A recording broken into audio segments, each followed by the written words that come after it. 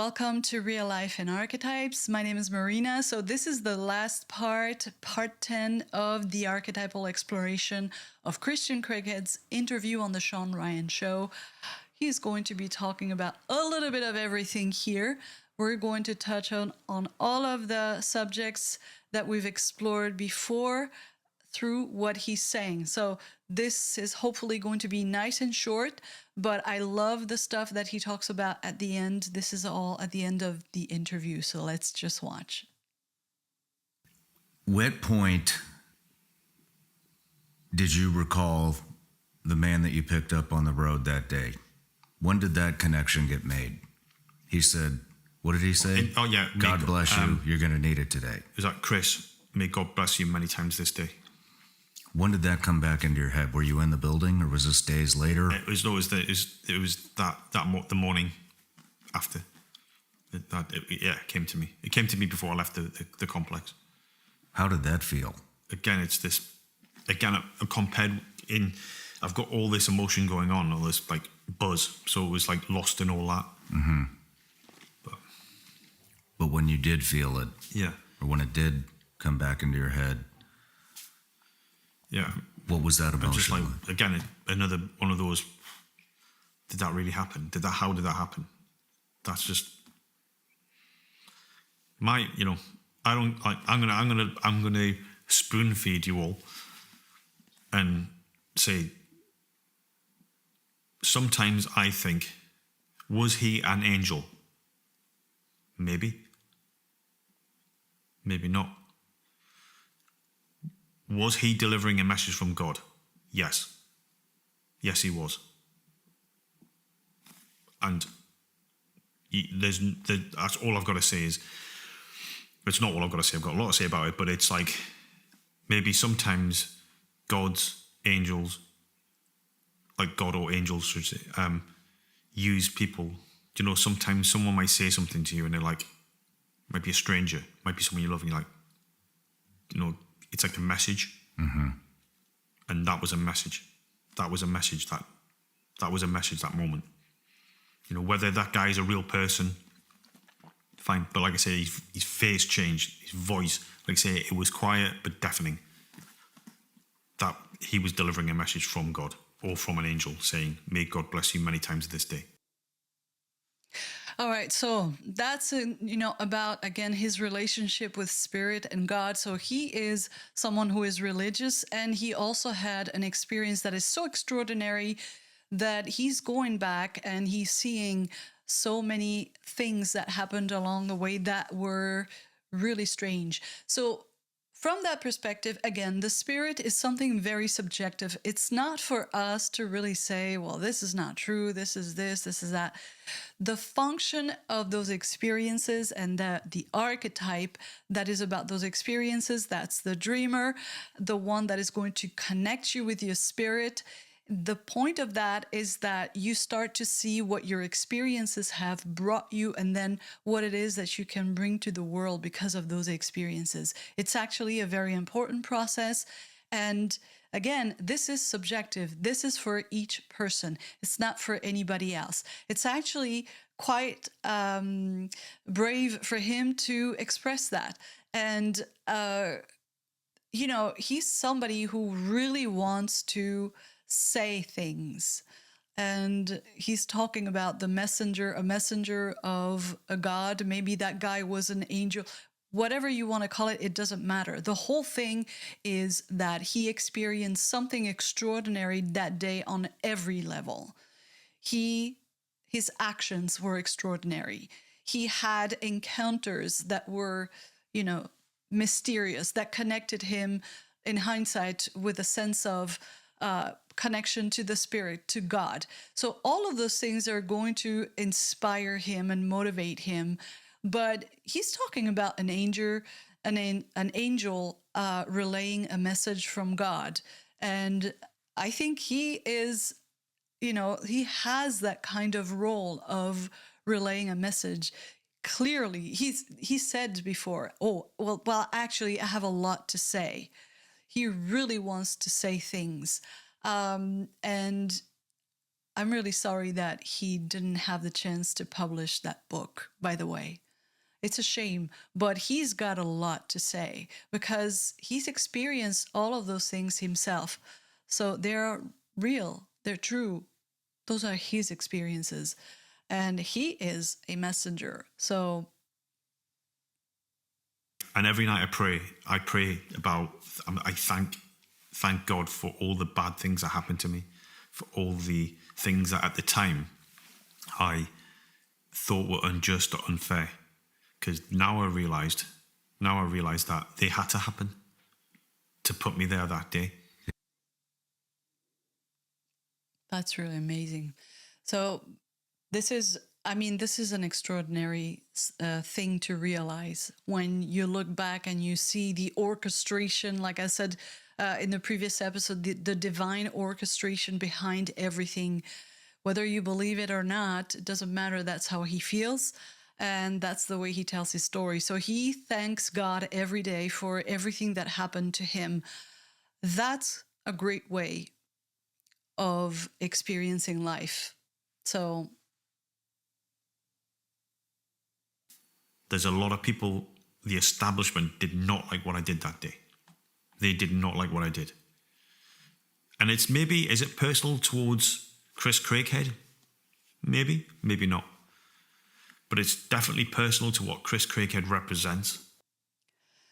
I want you to pay attention to his face and everything that he's going to say now. This is the end, and there's a lot going on here, so pay attention. Which is one man, not showing no compromise, standing up to evil, taking on evil head on without permission and putting everything on the line. And that's the nature of special forces operations, I thought, it's a high stakes game. I didn't just risk my life, because if that had been a failure, I would have been the scapegoat.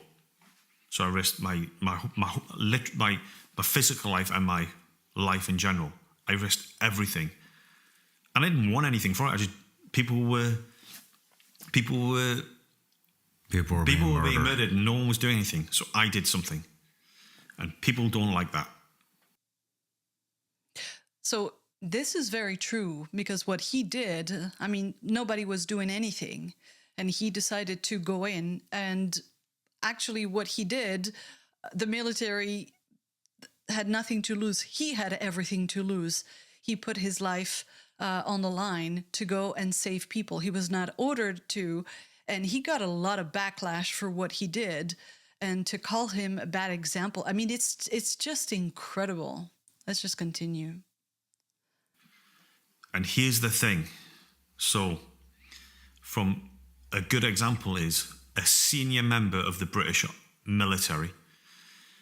I've said Christian Craighead is a bad example to young soldiers. Look at his face. He's a bad example to young soldiers. So we're talking, this is outrageous, by the way, but let's go to archetypes. So the older and the younger. The older is supposed to represent experience, and it's an example.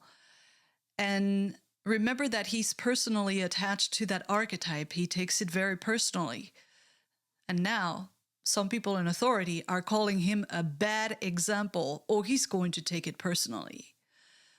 And also because he's right about how absolutely dumb that is to say that he's a bad example. He's not a bad example. What he did is absolutely mind-blowing, and it is a good example of what special forces should be.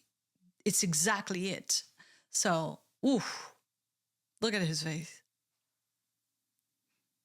Because his mutineer attitude promotes lawlessness in the military.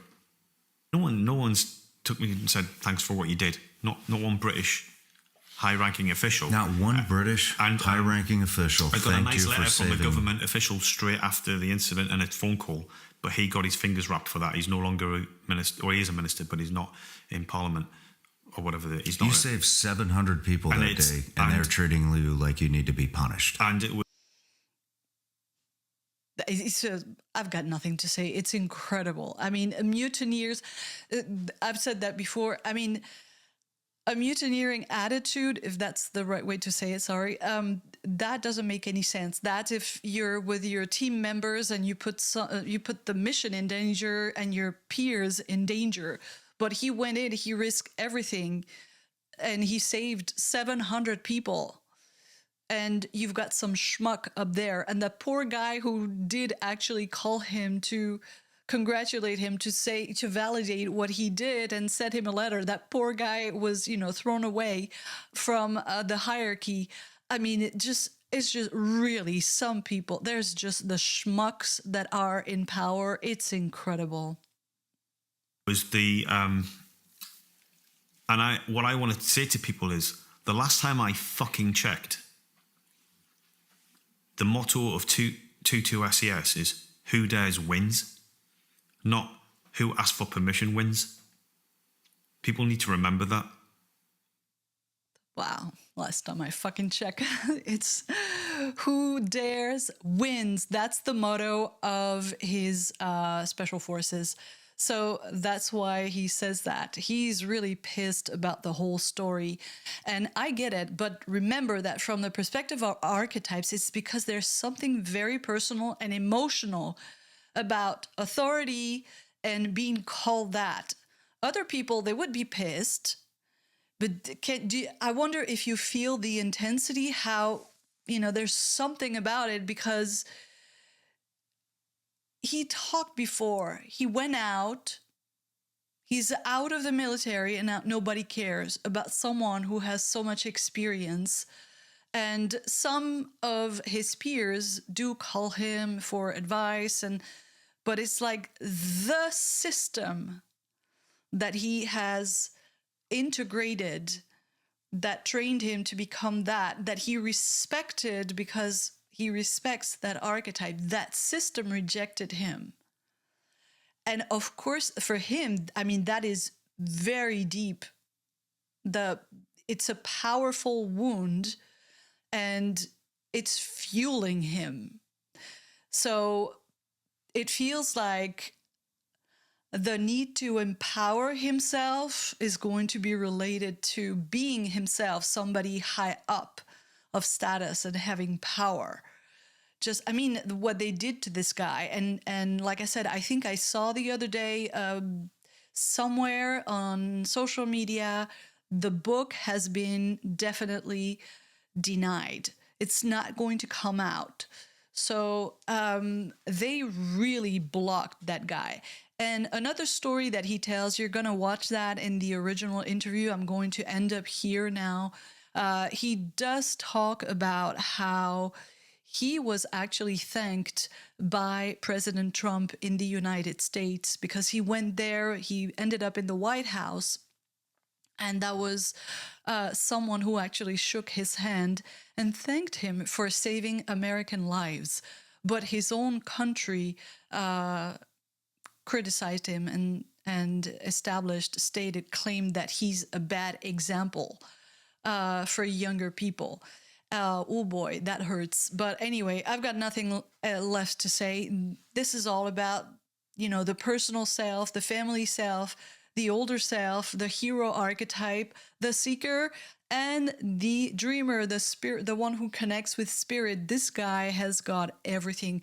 And I think that, his belief system, the things that he wants to communicate, the messenger, he's going to go into that direction. He wrote a book, a children's book. So he's not going to be able to tell us, the public, the details of the operation itself, but everybody can guess what he did. But I hope that he tells what he has to say in other ways. And I think that is the form of being that is going to be that is going to emerge in him, to communicate what he thinks and what he knows and his experiences, and to teach what he knows. So, what an amazing, the part that impacts me the most personally when he says that he prays every day to thank God for all of his experiences. Oof, I can't even talk. I'm going to leave it here. I hope you liked this series. For those of you who have watched, I love this interview so much. You have to watch the original interview. You must watch it. It is by far the best interview on the Shawn Ryan Show, and you have to go and check it out. Thank you so much. If you've liked this series and my videos, please help me out to grow this channel, and I will see you next time.